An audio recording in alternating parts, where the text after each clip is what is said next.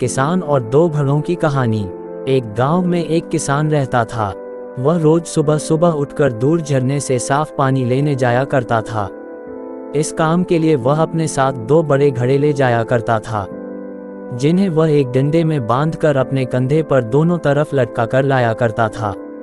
उनमें से एक घड़ा कहीं से थोड़ा सा फूटा था और दूसरा एकदम सही। इसी वजह से रोज घर पहुंचते पहुंचते किसान के पास 1.5 घड़ा ही पानी बच पाता था। ऐसा होना नई बात नहीं थी, इसको 2 साल बीत चुके थे। सही घड़े को इस बात का बहुत घमंड था। उसे लगता था कि वह पूरा का पूरा पानी घर पहुंचता है और उसके अंदर कोई भी कमी नहीं है। वहीं दूसरी तरफ फूटा हुआ घड़ा इस बात से बहुत शर्मिंदा रहता था कि वह आधा पानी ही घर पहुंचा पाता है और किसान की मेहनत बेकार चली जाती है। एक दिन की बात है, वह बहुत दुखी और उदास था। जब परेशानी हद से बढ़ गई तो उसने फैसला किया कि वह किसान से माफ़ी मांगेगा।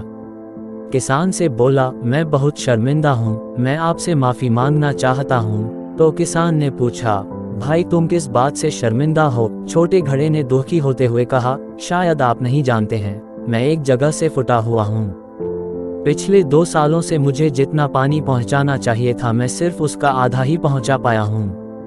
मेरे अंदर यह बहुत बड़ी कमी है। इस वजह से आपकी मेहनत बर्बाद होती रही है।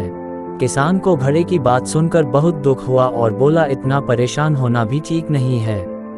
चलो तुम्हारी उदासी दूर करते हैं। एक काम करना, कल जब तुम रास्ते से लौटो तो अपने टपकते पानी पर दुख करने के बजाय उस रास्ते में खिले हुए फूलों को देखना। कितने खुशबूदार, कितने खूबसूरत, कितने प्यारे, और साथ ही पास में छोटे छोटे पौधे देखना। घड़े ने किसान की बातें मनाने का फैसला किया। रास्ते भर सुंदर फूलों का देखता हुआ आया। ऐसा करने से उसकी उदासी थोड़ा कम हुई, पर घर पहुंचते पहुंचते उसके अंदर से आधा पानी गिर चुका था। वह फिर से मायूस हो गया और किसान से क्षमा मांगने लगा।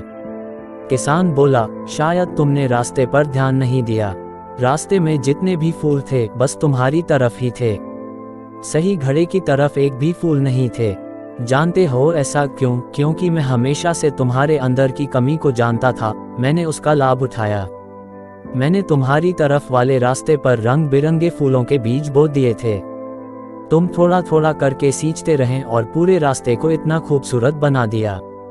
आज तुम्हारी ही वजह से मैं इन फूलों को भगवान को अर्पित कर पाता हूँ, अपना घर सुंदर बना पाता हूँ। तुम ही सोचो, अगर तुम जैसे हो ऐसे ना होते तो भला क्या मैं ये सब कुछ कर पाता है।